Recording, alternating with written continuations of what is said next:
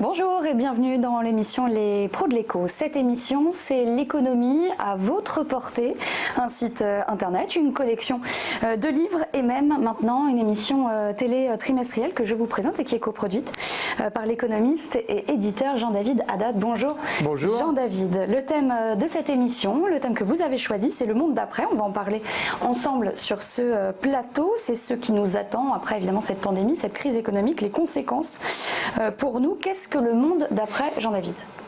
Alors, déjà, nous sommes aujourd'hui le 11 septembre et je voudrais déjà rendre un hommage à toutes les victimes qui ont péri dans des monstrueux attentats il y a exactement 19 ans aujourd'hui. Et on parlait à l'époque, ce 11 septembre, on avait parlé du monde d'après déjà.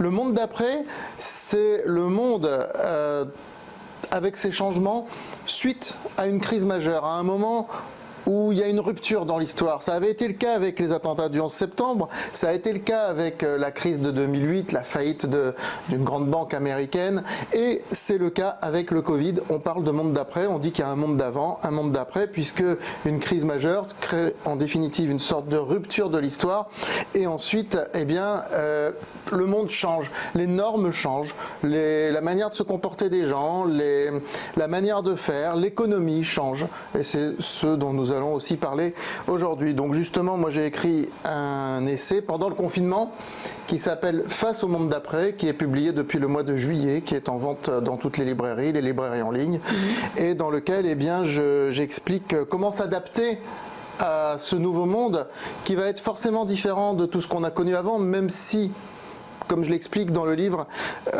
beaucoup de tendances étaient déjà là, de ce qu'on va voir dans les 10 ans qui viennent, étaient déjà là, étaient déjà présentes. Oui, et on le voyait dans les sondages d'opinion. D'accord. Très bien. Et bien on en parle dans un instant sur ce plateau. Avant ça, rapide coup d'œil sur ce qui nous attend, le sommaire donc de l'émission. Notre rubrique tendance et prévision. Dans Comprendre enfin l'économie, on s'intéressera au ratio dette PIB, à suivre également l'entreprise du moment, puisqu'aujourd'hui nous recevons donc le directeur financier de Dronevolt, Sylvain Navarro, qui est sur notre plateau. Après cela, un livre économique, un auteur. On reçoit Lou Lamaille, qui est l'auteur de Crée ton succès. C'est des clés qu'elle nous présente pour réussir dans les affaires. Et puis toujours dans cet univers des livres, on terminera avec l'instant littéraire avec notre invitée Elsa Job-Pijard, auteure de Bébé connecté, enfance massacrée, donc sur les conséquences du numérique, des écrans sur nos enfants. Avant ça, eh bien, petite page de pub et à tout de suite pour notre première rubrique.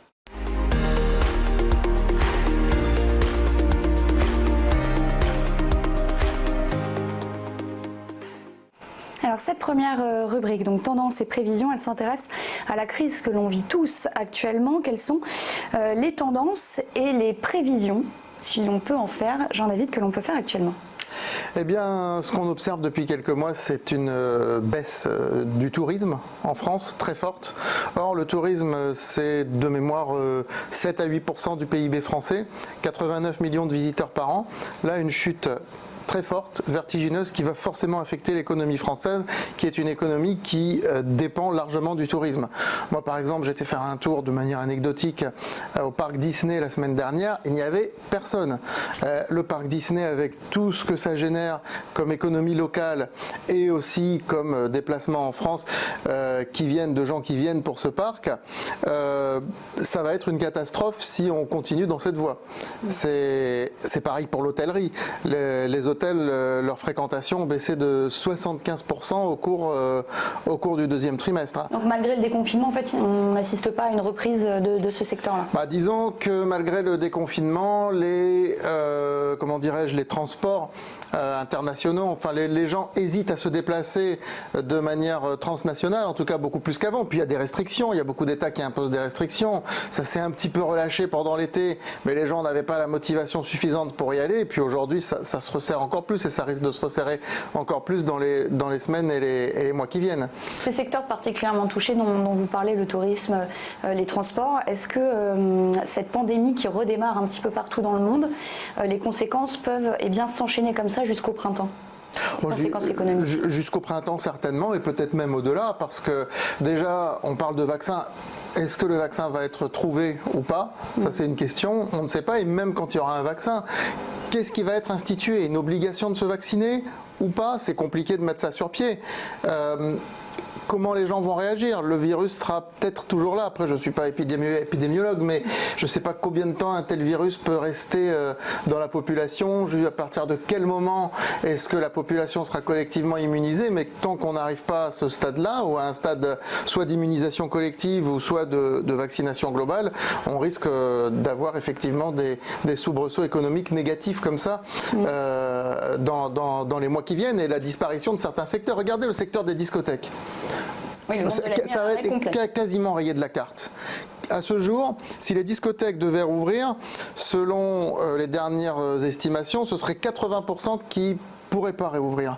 Alors si ça doit réouvrir dans 1 an ou dans 2 ans, je pense que c'est une activité, une profession qui va disparaître, comme à une autre époque les balguinguettes ont disparu. Enfin, il y a des changements d'habitude, des changements de comportement qui vont avoir lieu à cause de cette crise, et des pans entiers de l'économie, de ce qu'on a connu, de ce que nous avons connu, qui va disparaître.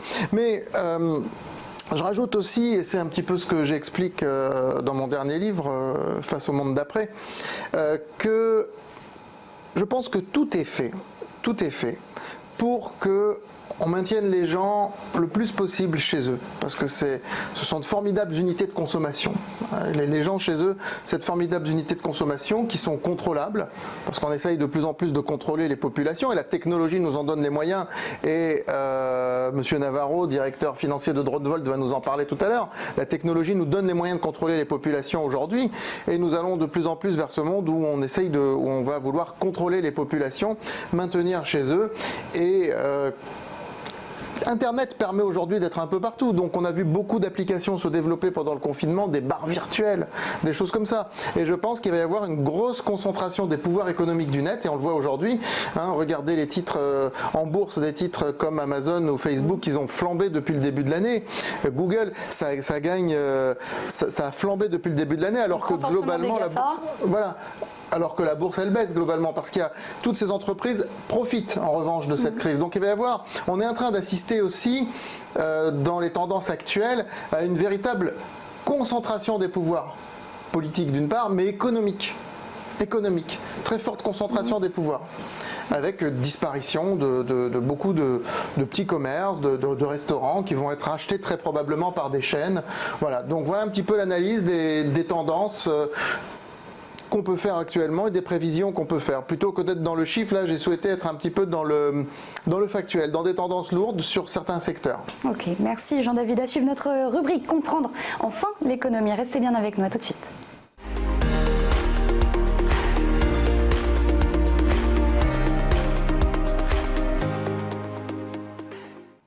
Dans notre rubrique Comprendre enfin l'économie, on s'intéresse au ratio dette-PIB. Jean-David Haddad, en quoi est-il important ce ratio ?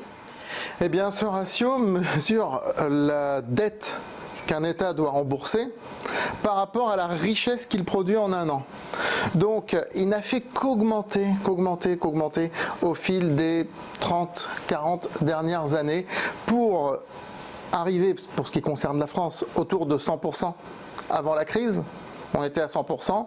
Alors là, vu que le PIB va baisser et qu'on s'endette davantage pour compenser justement cette baisse du PIB, il va flamber et on va être autour des 120%. Donc ça veut dire qu'on va clairement être dans un état hyper endetté. On peut considérer qu'au-dessus de 100%, on est dans un état hyper endetté. C'est le cas pour tous les pays européen en tout cas ? C'est variable, mais oui, pour l'Europe, il y a quand même une dette très conséquente, mais pour les États-Unis aussi. Après, il y a des pays qui le sont beaucoup moins, mais en tout cas pour l'Europe, tous les pays ne sont pas au même niveau. L'Allemagne est en dessous de 100% par exemple, mais l'Italie est plutôt à 150, 160%. Les pays du Sud, en fait, sont beaucoup plus endettés que les pays du Nord en général. En général, il y a des exceptions. L'Irlande est très endettée, par exemple. Alors, quels sont les enjeux de la hausse de ce ratio ? Eh bien, les enjeux, écoutez, tant que les taux d'intérêt restent très faibles, autour de 0, voire négatifs pour les taux interbancaires et pour le taux des obligations, ça pose pas de problème, puisqu'on peut continuer à aller dans ce sens, puisque du coup, on ne doit pas rembourser plus d'intérêt, vu que les taux d'intérêt sont négatifs. Par contre, le jour où les taux d'intérêt flamberont, et ça arrivera forcément un jour, c'est l'histoire économique qui le dit, on ne peut pas rester avec des taux d'intérêt à 0 ou en dessous de 0. À ce moment-là, on ne pourra plus rembourser la dette. Et donc, qu'est-ce qui se passera? Je crois que personne ne le sait exactement aujourd'hui. On parle du jubilé de la dette, c'est-à-dire une annulation de la dette de la part de la Banque Centrale Européenne. On parle, c'est un vœu pieux de certains. Maintenant, est-ce que ça se fera? C'est un grand point d'interrogation, mais ce sera effectivement l'un des enjeux majeurs, je pense, de la décennie. D'ailleurs, j'en parle dans mon livre de ça. Une des fameuses questions du monde d'après. Une des fameuses questions du monde d'après, effectivement. Tout cet endettement qui s'est accumulé au fil des décennies, qui aujourd'hui, comme une sorte de bouquet final avec ce Covid, explose. Et ça va être l'un des enjeux du monde d'après, effectivement. Merci Jean-David. À suivre, focus sur l'entreprise du moment avec DroneVolt et son directeur financier, Sylvain Navarro. Il est notre invité.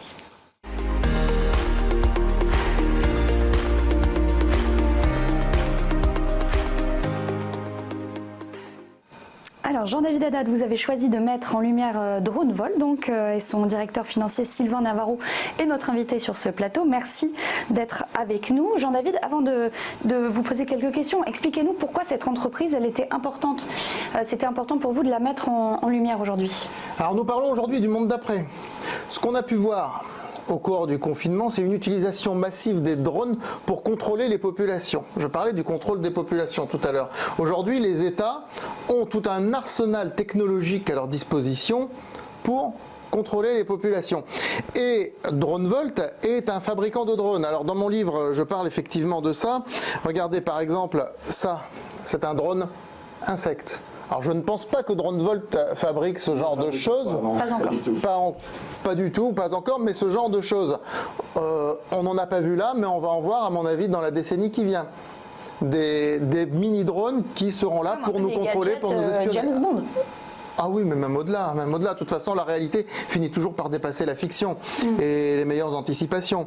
Donc j'ai voulu mettre en avant effectivement une entreprise qui fabrique des drones parce que le monde d'après est aussi un monde où le drone va avoir une grande importance. Sylvain Navarro, justement à ce sujet, votre titre il a flambé en bourse récemment après des annonces importantes. Est-ce que vous pouvez nous en dire plus ?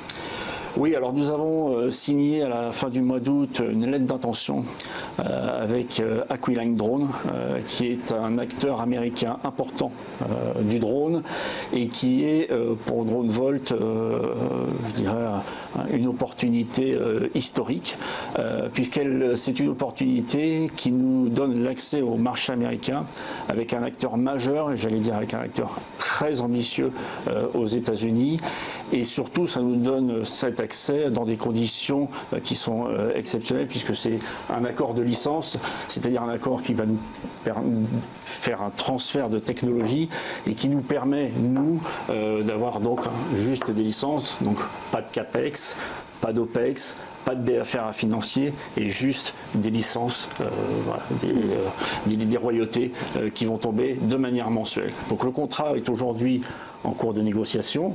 Nous avons donc évoqué la lettre d'intention.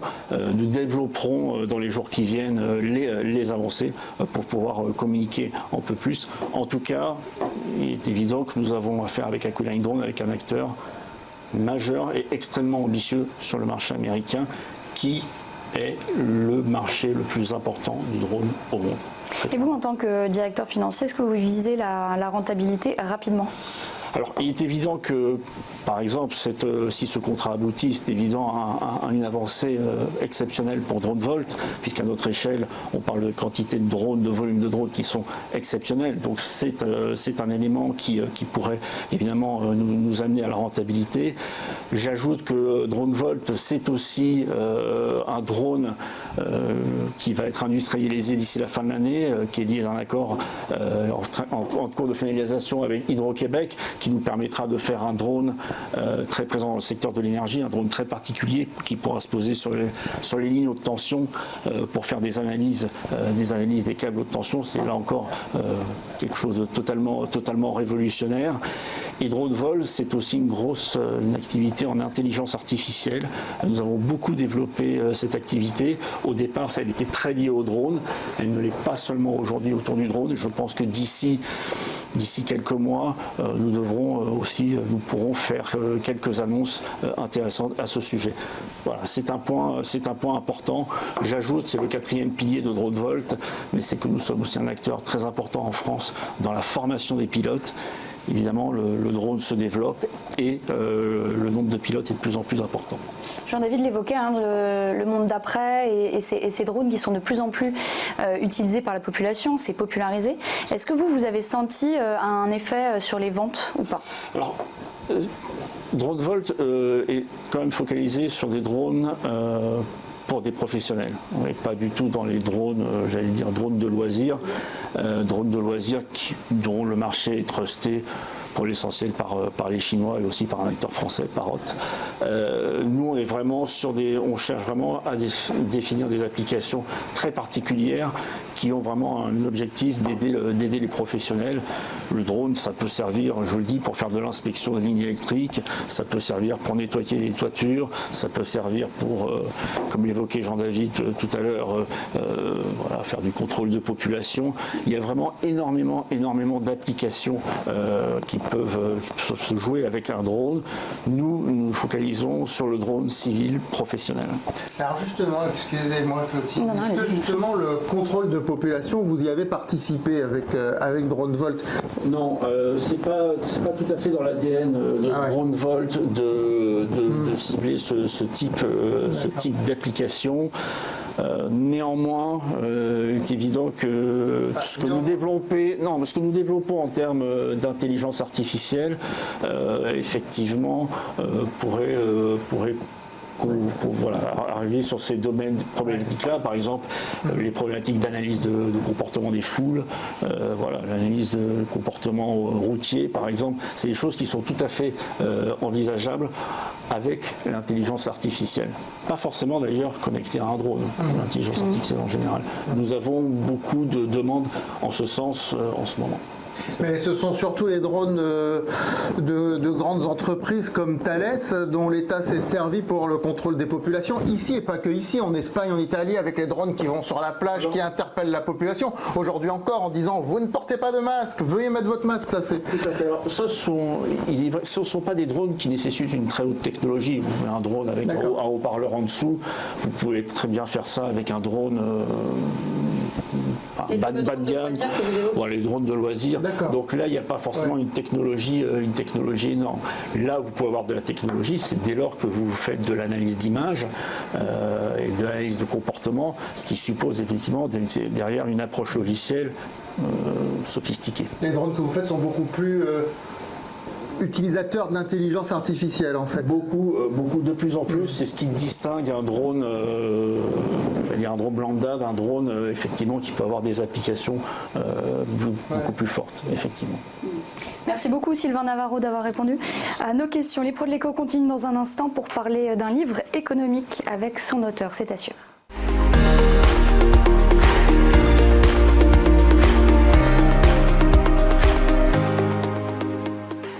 Un livre économique, un auteur, Jean-David Haddad, on rappelle que vous êtes éditeur, entre autres, et dans cette rubrique, vous souhaitez mettre donc en lumière notre invité, Lula May, bonjour, et son livre « Crée ton succès », avec ce sous-titre « Crois en toi, comme j'ai cru en moi », voilà pour ce sous-titre. Alors, pourquoi avoir cru, justement, Jean-David, en Lula May ? Lula May fait des choses assez extraordinaires avec ses clients qui sont des entrepreneurs, en fait, qu'elle coach. Et j'ai voulu la mettre en évidence aujourd'hui, mettre en évidence son livre par rapport à cette émission dont le thème c'est le monde d'après, parce que dans le monde d'après, ce que j'explique dans mon propre livre, c'est que tout ce qui est entrepreneuriat et même auto-entrepreneuriat va beaucoup se développer. Le CDI à vie, comme on l'a connu dans le monde d'avant, ça va être de moins en moins le cas. Donc de plus en plus d'entrepreneurs, d'autant plus que beaucoup de métiers se développent sur le web, qu'aujourd'hui beaucoup de jeunes ne pensent qu'à faire carrière en développant des choses sur le web, du e-commerce, etc. Beaucoup de gens travaillent de chez eux. Le télétravail va enfin prendre de l'ampleur en France parce qu'on était vraiment en retard sur tous les pays européens.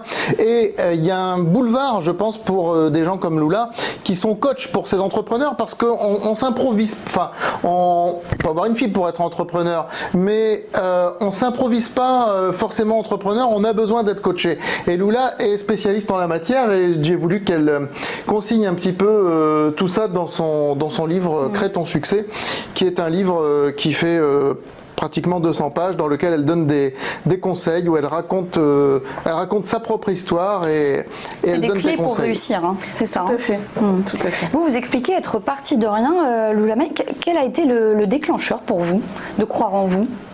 Alors, je pense que c'est vraiment quelque chose qui prend racine finalement dans mon éducation. Faut savoir qu'effectivement mes parents étaient à leur compte. Donc moi j'ai grandi avec une maman célibataire mais qui était à son compte. Mes grands-parents étaient à leur compte également. Et c'est vrai que j'ai eu la chance finalement qu'on me transmette cette conviction et cette foi finalement en moi-même. Donc j'ai envie de dire que c'est quelque chose qui était là dès le départ et qui s'est vraiment renforcé après un peu plus tard au niveau de l'école et quand effectivement on commence à se confronter un petit peu au cadre. Mais vous avez déjà cette fibre. Alors, 12 clés de business dans votre livre pour réussir en affaires. Est-ce que, on va peut-être pas parler des 12, je ne sais pas si on a le temps, mais quelles sont les plus importantes, vraiment celles à retenir? Alors, pour moi, la plus importante, ça reste quand même la confiance, c'est-à-dire d'apprendre à se faire confiance. Et puis aussi quand même, parce que du coup ce sont des clés essentiellement psychologiques et d'état d'esprit, aussi effectivement d'apprendre à développer ses propres potentiels. Je pense qu'aujourd'hui effectivement dans l'entrepreneuriat, de plus en plus de monde prend conscience de ça et du fait effectivement que l'état d'esprit et la psychologie jouent un rôle extrêmement important dans l'entrepreneuriat. Pour moi, l'entrepreneuriat, ça reste une forme d'investissement, c'est investir sur soi, et donc ça fonctionne exactement de la même manière qu'en investissement, où effectivement le levier psychologique est quand même un levier essentiel, effectivement en termes de rendement, de rentabilité, enfin de réussite pour un investisseur. Donc voilà. C'est ce que vous essayez de faire avec vos clients, du coup, puisque vous êtes coach. Tout à fait. C'est difficile ou pas d'avoir en face de soi des gens qui, comme vous le dites, manquent de confiance en eux? Comment est-ce qu'on les rebooste? Comment est-ce qu'on leur donne confiance? Alors, ça c'est une excellente question. Comment on les rebooste? Alors en fait, coach, ça reste une étiquette. C'est vrai que finalement le travail que je fais est assez particulier et peut-être pas dans le coaching classique, dans le sens où je travaille plutôt avec l'inconscient, en fin de compte, des personnes. Comme en psychanalyse. Voilà, alors il faut savoir que j'ai une grand-mère qui était comportementaliste et qui travaille déjà avec l'inconscient. Donc encore une fois, je pense qu'il y a aussi une forme d'éducation qui est quelque chose qui est passé dans l'éducation. Et finalement, voilà, c'est un petit peu comme une reprogrammation des schémas de pensée et des schémas émotionnels également, puisque finalement, à la racine de la psychologie, pour moi, il y a aussi l'émotion, puisqu'on a tous, on réagit tous en fonction aussi de nos programmations, et il y a des choses qui sont ancrées effectivement de manière très profonde, et que pour venir changer rapidement, pour venir impacter rapidement, effectivement, il faut aller prendre à la racine. Et voilà, donc c'est... Est-ce qu'on a tous en nous les clés du succès, je veux dire par là? Est-ce qu'on est tous capables de réussir? Pour moi, oui. C'est bien de le dire. Oui. Pour moi, on a tous ces capacités parce que pour moi, ce sont des capacités humaines.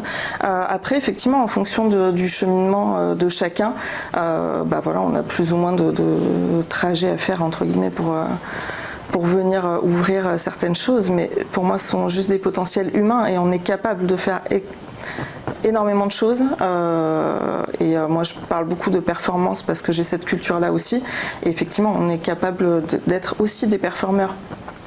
Merci beaucoup Lou Lamay d'avoir répondu à nos questions. Je rappelle votre livre, donc Crée ton succès, qui est évidemment disponible. Merci à vous. Les pros de l'écho continuent dans un instant avec une nouvelle interview d'auteur. À tout de suite.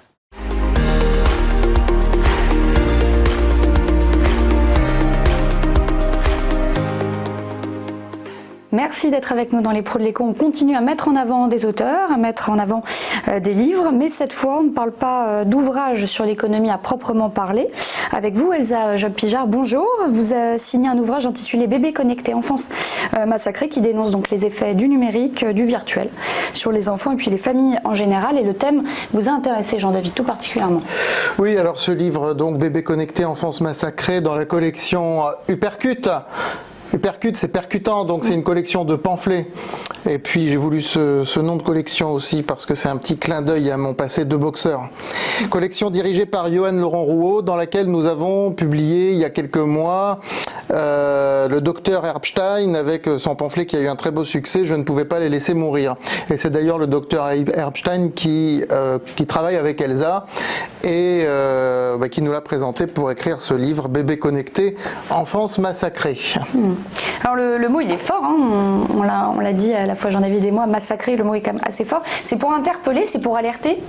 Oui, je crois que là c'est un cri d'alerte parce que donc moi ma spécialité n'est effectivement pas du tout l'économie, mais je viens du terrain, je rencontre tous les jours des enfants et des familles depuis plus de 25 ans et je pousse effectivement un cri d'alerte sur l'état des enfants aujourd'hui, sur la perte de langage, sur la perte de sens et puis plus largement ce livre pour parler de l'enfance, c'est-à-dire je ne parle même pas d'une génération, mais de ce qui est le propre de l'enfance, l'imagination, la créativité, etc. Et puis la transmission de la langue. Et tout ça, les écrans, le virtuel, ça ne le permet pas, ça le bloque? Comment ça agit en fait? Alors, c'est un peu difficile d'expliquer ça en 2 mots, mais je vais essayer. Ce qui se passe, moi j'ai beaucoup parlé des bébés parce que vous savez, je pense qu'il va falloir faire attention à notre condition d'humain. Nous avons des cerveaux humains qui apprennent d'un autre humain. Or là, aujourd'hui, alors moi je suis du côté des parents, si vous voulez, les parents sont dans cette société-là aujourd'hui. Mais, vous voyez par exemple, on regarde en moyenne 2400 fois son téléphone dans la journée.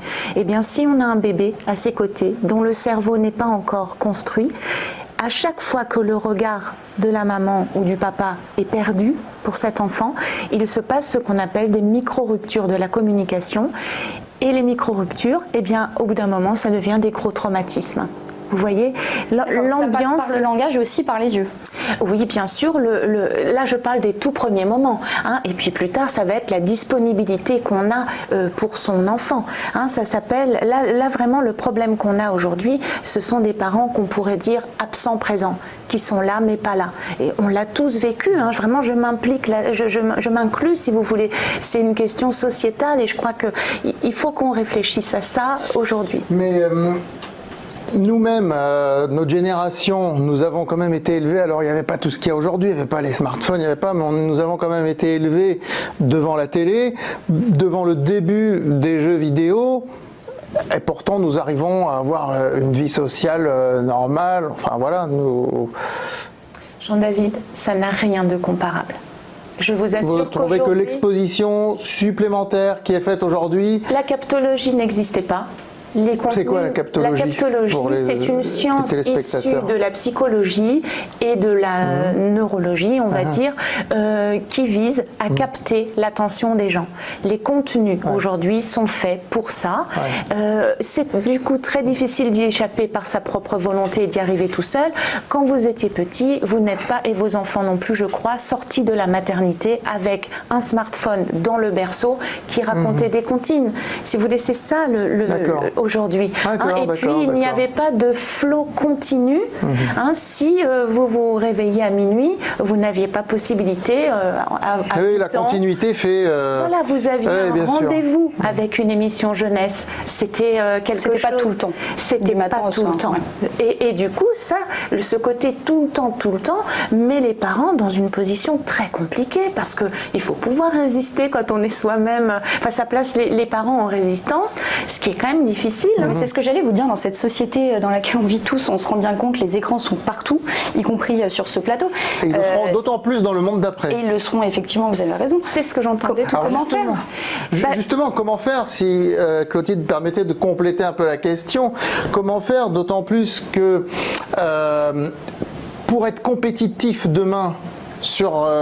le marché du travail au sens large de l'entrepreneuriat, il va falloir bien maîtriser les outils Internet puisque nous sommes de plus en plus en train de nous structurer autour de ça. C'est ça le monde d'après aussi. Donc justement, si les enfants, on ne les met pas, on les prive de ça, est-ce qu'on risque pas d'induire un décalage finalement par rapport aux autres? Est-ce qu'ils ne seront pas moins compétitifs entre guillemets dans le monde d'après? Alors je crois que ça c'est la principale angoisse des parents sur laquelle joue beaucoup le marketing. Je ne suis pas contre le marketing. On est dans une société qui a besoin d'une économie, mais là, il faut réfléchir. Je crois qu'il faut réfléchir ensemble, entre spécialistes des différents domaines, parce que ce que vous dites, Jean-David, il faut se replacer. Un enfant qui a aujourd'hui 6 ans, quand il sera sur le marché du travail dans 20 ans, est-ce que vous pensez que ce genre d'outil aura la même forme? Bon, maintenant, ce sera pire, on sera peut-être greffé Je ne sais avec pas, le numérique. mais moi je crois que ce qu'il faut sauver dans le monde d'après, c'est la capacité à penser des êtres humains. Parce qu'une fois qu'on pense, on s'adapte à tout. C'est ça qu'il faut préserver, la capacité de penser et la capacité de transmettre son langage et sa culture, parce que quand on touche à ça, on touche à l'humain. Merci beaucoup Elsa Jolpiger. On va s'arrêter sur cette belle phrase. On rappelle que votre livre Bébé connecté enfance massacrée est disponible à la vente. Merci à vous de nous avoir suivis. Sur toutes les librairies, évidemment. JDH Édition, bien sûr, le site de l'éditeur, et sur toutes les librairies en ligne, Amazon, Fnac, Cultura, etc. Et chez les libraires aussi, souvent sur commande. Merci beaucoup d'avoir été notre invité. Ainsi s'achève ce nouveau numéro des Pros de l'écho. Jean-David, je vous laisse le mot de la fin peut-être pour conclure. Bah écoutez, nous avons fait un très beau tour, je trouve, de ce monde d'après. Nous avons essayé d'en cerner un petit peu les contours économiques, sociétaux, les enjeux. Maintenant, que sera-t-il ? On suivra ça avec attention. Effectivement, avec attention. Merci de nous avoir suivis. Et merci à vous, Jean-David. C'était votre émission, Les Pros de l'écho.